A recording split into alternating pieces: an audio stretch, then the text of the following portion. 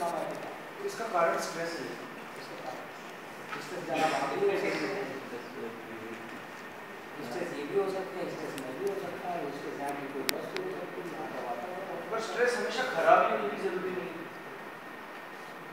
ये तो सामान्य सी बात है कि अगर आपका भय आपके नियंत्रण में है तो वो आवश्यक है और उसी से चल रहा है मामला।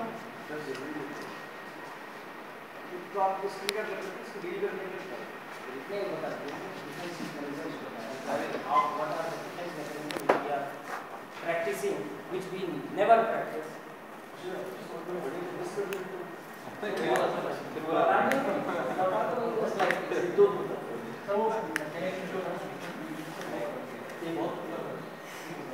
अरे यार प्लीज स्ट्रेस माल दिखाओ उसके तक में बेचो ना उतना नीचे मत जाओ। वही था जो पहले और ये देखिए एक मिनट ये स्लाइड पे था। ये देखिए ये these are PD, GAD, phobic disorder, PD मतलब phobic disorder, GAD, generalized anxiety disorder, OCD, obsessive compulsive disorder, post traumatic stress disorder, है ना? ये जो सिचुएशन है, पैनिक अटैक, ये सारी सिचुएशंस जो हैं ये आपको एंजाइटी के ही डिफरेंट प्रेजेंटेशन। अब एंजाइटी को किसने पैदा किया? तो एंजाइटी को जिस किसी ने भी पैदा किया उसी का नाम हम स्ट्रेस कहते हैं। जैसे बैक्टीरिया एक है, ठीक है, लेकिन उसको हम लोग इन्फेक्टिव एजेंट कह देते हैं। इन्फेक्टिव एजेंट में बैक्टीरिया हो सकता है, वायरस भी हो सकता है, फंगस भी हो सकता है, पैरासाइट भी हो सकता है, नॉन फिजिकल एजेंट्स भी हो सकते हैं जैसे रेडियोलॉजिकल एक्सपोजर्स हैं, टॉक्सिन्स हैं। तो anything which is causing disease वो इन्फेक्टिव एजेंट होता है, पॉजिटिव एजेंट होता है। इसी तरह से अभी जो ओवरऑल एक थियरी निकल के आई है या स्कूल ऑफ थॉट निकल के आया है, वो ये कहता है कि कंपैरेटिव एंथ्रोपोलॉजिकल स्टडी ये बताती है कि अलग अलग सोसाइटी में कुछ चीज़ें प्रिवेलेंट हैं। वो क्यों है? क्योंकि वहाँ का वो पर्टिकुलर डिफेंस मैकेनिज्म काम करता है जिसको हम लोग हार्ड इम्यूनिटी के काम से ले जा रहे हैं। तो जब हम लोग इसको पैन वर्ल्ड स्टडी किए तो ये पाया गया कि stress is making things different. हर समाज का अपना स्ट्रेस है, हर कल्चर का अपना एक स्ट्रेस है, अपनी एक लिविंग स्टैंडर्ड है, लिविंग के तरीके हैं। जैसे अगर हम वेस्टर्न में चले जाएँ तो हम इतने फैमिली ऑब्लिगेशंस के साथ जिएंगे तो मर जाएंगे, क्योंकि पिताजी बीमार है, मम्मी बीमार है, बच्चा अस्पताल में फिर भी आए हैं आपको काम करने, वो तो जी छोड़ के चले जाते हैं अगले दिन है, अगले महीने में किसी से पहले कई मैरिज फैमिली। वो बेसिकली वो आया क्यों? Why it is possible? Because they are trying to manage their anxiety.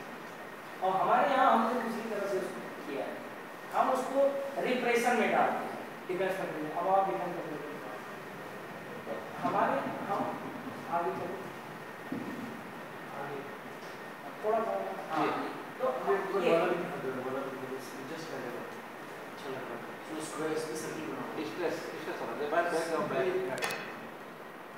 एक बात करो मैं अक्षर हाँ ये स्ट्रेस के का जो आप करें तो व्हाट इज स्ट्रेस? तो इसमें worrying, muddled thinking, impaired judgement, nightmares, indecisions, negative hasty decisions है, ये सब माइंड के लेवल पे स्ट्रेस। अगर हम बॉडी के लेवल पे स्ट्रेस की बात करें तो हेडेक है, फ्रीक्वेंट इन्फेक्शंस है, अब पता चला बार बार जुकामी हो जा रही है। अब आदमी इससे डर रहा है कि यार तेज हवा चल रही है हमको जुकाम हो गया, अब जहाँ खबड़ी पकड़ गई, तेज हवा देखते हैं। इस तरह से मसल ट्विचेस हैं, फटीग है, स्किन इरिटेशन है, ब्रेथलेसनेस है।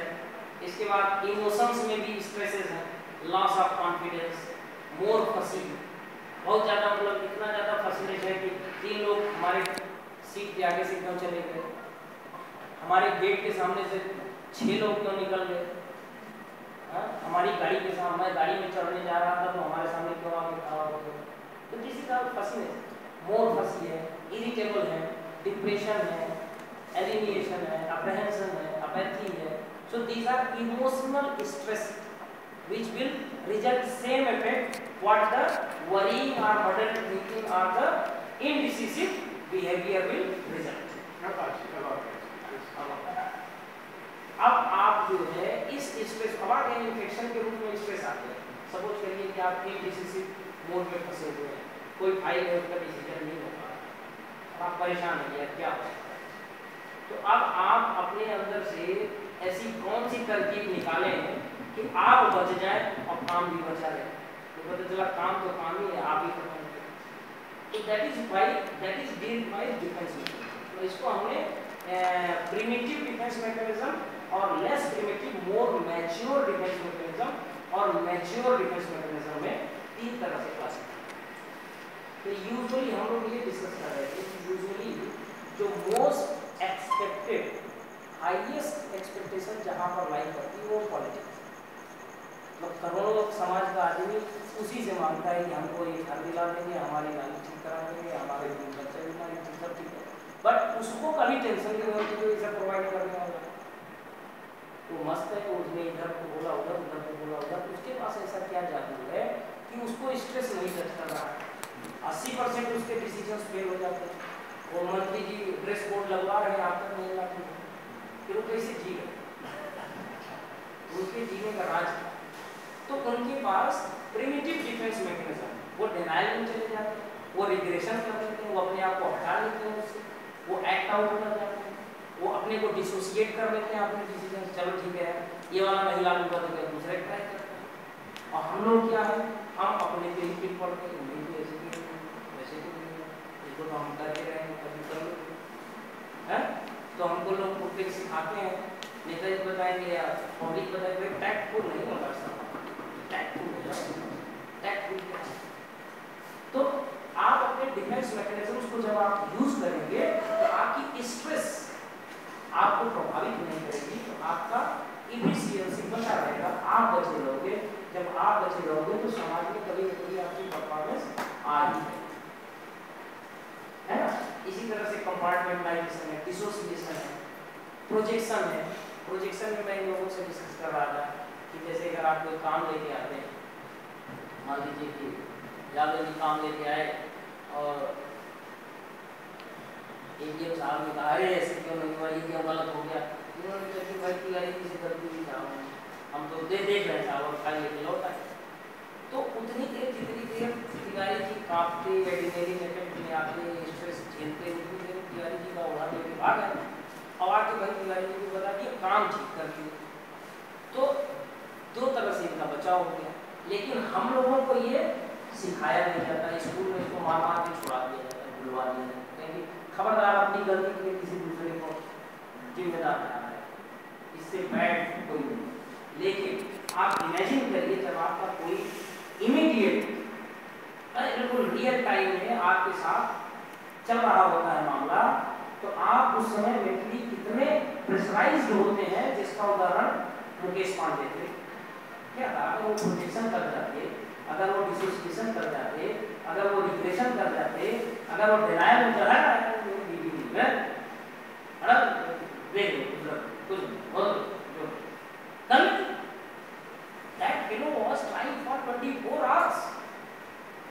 इसको फोन कर रहा है, उसको phone, nobody was able to make him understand defense mechanism, only defense mechanism was the solution. So primary defense mechanism, primitive defense mechanism, illiterate defense mechanism are most strengthful defense mechanism. जब सारी ये तीन जो category बनाई है ना, इसमें सबसे नीचे वाली तो हम आप यूज नहीं कर सकते, वो तो योगाचार्यों के लिए है जो मतलब एकदम बड़े वाले हो जाते हैं। हमेशा तो स्ट्रेस का रीजन पता नहीं रहता, क्योंकि उस केस में अगर आपको पता है ये पर्टिकुलर एक्टिविटी स्ट्रेस कॉज कर रही है, अब यदि आपको स्ट्रेस है तो आपको पर्टिकुलर मालूम ही नहीं, मैंने तो पढ़ाया उसको, वो that is a treatable condition नहीं है सर, वो है आईडी लेवल न्यूरोटिक एंजाइटी। जो आईडी लेवल एंजाइटी होती है उसका बातचीत से नहीं, फिर उसका इलाज, उसके लिए फिर आपको ब्रिंग आउट करना है उस बंदे को क्लिनिक में, and he need to be corrected with the help of medicine. ऐसा नहीं है कि सब कुछ सिर्फ बिहेवियर गवर्न है, there are many things which are neurochemically govern. मैं यहाँ उसको नहीं कहूँ, न्यूरोकेमिकली गवर्न चीजें यहाँ डिस्कस करने का लेवल नहीं है। काउंसलिंग चल रही है डोपामिन से, एसिटिलकोलिन से, गाबा से, है ना, नॉरएपिनेफ्रिन से, सेरोटोनिन से, ये सब very important chemicals are being produced every second in our brain. अब एक होता है biological cause for any mental illness और एक होता है social cause for any mental illness. So what here we are discussing is the social cause of mental, not biological cause. If you people are smart enough to understand कि whether it is social cause और biological cause, तब तो society का भला हो सकता है, वरना ऐसी घटनाओं को कोई रोक नहीं सकता। जैसे मान लीजिए अगर हम सब लोग पब्लिक मीटिंग जी, अब कोई पर्टिकुलर डेटा से बहुत सारी चीज़ें आपने शुरू से मतलब कई लोगों से मिली, फिर आपने किसी को डांट भी दिया, फिर हो सकता है 3-4 आपको रिपोर्ट गवर्नमेंट को भेजने लगा, और जितने स्ट्रेस के सिम्टम्स हैं आपको लग रहा है कि सबके सब में फील कर रखा है आपको, मेरी बिजनेस की मुझे हो रही है, एंग्जाइटी नहीं है। अब आपको पता है कोई जनरल फैक्टर तो नहीं, बट आपको सारे सिम्टम्स महसूस हो रहे हैं एक साथ, उस सिचुएशन से डील करने के लिए टेम्परेरी आप उससे बाहर आए हैं, उसके लिए कुछ शेयर बताइए। उसके लिए यही कि ये है डिफेंस मैकेनिज्म, हमको आपको प्रैक्टिस करना पड़ेगा ये डिफेंस मैकेनिज्म। इसके साथ हम लोग चर्चा करेंगे, बैठेंगे, ये आपको मैं जब डिटेल में इसको क्लियर करूँगा तब इसमें से यूजुअली आप ये देखिए कि आप इनमें से कौन सी डिफेंस मैकेनिज्म यूज करें। वेदर की डिप्रेस आवरसेल्फ, मतलब हम अपने को दबा लेते हैं, बर्दाश्त कर जाते हैं दूसरों के मिस एक्ट को या प्रेशर को, या हम उससे डिस्प्लेस होते हैं, या हम उसको इंटेलेक्चुअलाइजेशन पे ले जाने की कोशिश करते हैं। मन मानता नहीं, मन कहता है हमारे साथ गलत हुआ है, अब हम यार यार छोड़ यार भूल जाओ यार, होता रहता है। अभी दोनों के बीच कॉन्फ्लिक्ट चलता है। मैंने अभी पीछे एक स्लाइड दी जिसको कॉन्फ्लिक्ट मैनेजमेंट, पिछले ये तो लेकिन ये तो सॉरी की बात कर रहे हैं कि मोर प्लस उसको पता है कि क्या है उसकी बात नहीं, ये स्पेसिफिक कारण आप जनरल इसको एंजाइटी जो है जीडी आप उससे निकलने का जो मैकेनिज्म है उस मैकेनिज्म में ही डिफेंस मैकेनिज्म काम करता है। ये आप इसका ये जो कॉन्फ्लिक्ट मैनेजमेंट है, आप एग्जैक्टली जीएडी की बात नहीं कर रहे हैं, जैसे अबंडेंस थिंकिंग आप अभी जो बात कर रहे हैं वो है कॉन्फ्लिक्ट क्रिएट हुआ। अच्छा, किसी कॉन्फ्लिक्ट सिचुएशन में हम ट्रैप हो गए, हम फंस गए वहाँ, अब उस कॉन्फ्लिक्ट को रिजॉल्व नहीं कर पा रहे, काम तो बड़े हो छोटे हो, अगर तुरंत डिस्पोज आप हो जाए तो मजे, क्योंकि उससे नंबर बढ़ रहा है हमारा, I am more efficient, I am more efficient, I am more efficient. Problem कहाँ है, जहाँ मामला फंस गया, मतलब कॉन्फ्लिक्ट खड़ा हो, अब हो तो ना हो कैसे करें। तो कॉन्फ्लिक्ट मैनेजमेंट के लिए हमको इतनी चीज़ें फॉलो करनी, ये प्रैक्टिस करनी पड़ेगी। ये चूँकि इसमें वो गुड़िया वाला मामला है नहीं, जब आगे देना नहीं, ये सेल्फ से प्रैक्टिस करें, पॉजिटिव इमोशंस लाना है, क्रिएटिव प्रॉब्लम सॉल्विंग होनी चाहिए, आपने सेल्फ अवेयरनेस होना चाहिए, अब हमारी क्या स्टेटस है, हम कहाँ जा रहे हैं, आपका सेल्फ मैनेजमेंट होना चाहिए, आपके अपने प्रति डिसिप्लिन होनी चाहिए, थोड़ा सा उस मामले में इनडिसिप्लिन होना चाहिए, कोई ज़्यादा अकड़ रहा है तो उसको हटा भी देना चाहिए, बात करके उससे उसका तो कुछ होगा नहीं होगा, लेकिन हमारा कुछ हो जाएगा कि हम दो बात नहीं होगी। और वैल्यूज और इंटीग्रिटी और रिलेशनशिप बिल्डिंग, रिलेशनशिप होगा अगर तो कॉन्फ्लिक्ट की सिचुएशन में, जेएडी की सिचुएशन में रिलेशन बिल्डिंग बहुत काम है। समकक्ष व्यक्ति, नीचे का व्यक्ति, ऊपर का व्यक्ति, जिससे आप अपनी चीज को शेयर कर सकते हैं, शेयरिंग, जिसको अभी WHO ने भी बहुत जबरदस्त इंफॉर्मेशन दी है, शेयरिंग और come and talk, share your, वो बड़ा इंपॉर्टेंट इशू है जो हम लोग अभी नहीं समुचित मात्रा में हमें उसका डोज नहीं मिला।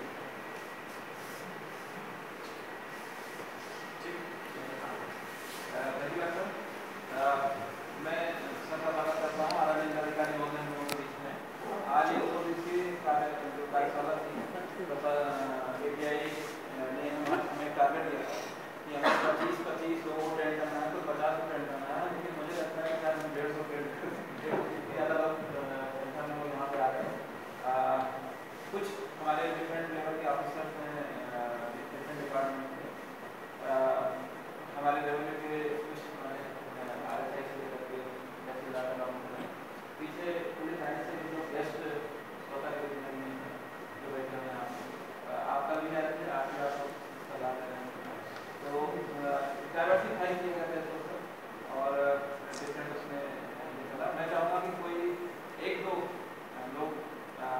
नॉट्स हम तुम्हें फीडबैक देते हैं कि ट्रेनिंग आपकी कैसी है, इससे सर को भी पता चले कि ट्रेनिंग कैसी है। सेल्फ से जो भी आप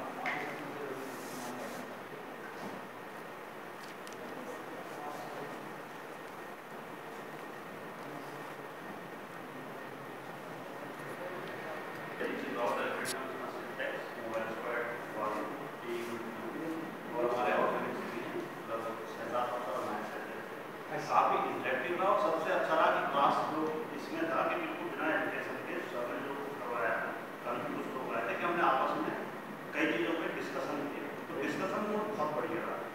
माने मैन टू मैन कनेक्टिविटी बननी चाहिए, उससे बहुत काफ़ी लोगों के अपनी जो कह रहे थे कि एंजाइटी या कुछ अपने क्वेश्चन थे या कोई कन्फ्यूजन थे, वो सब काफ़ी हद तक यहाँ पे सम्मान हुआ।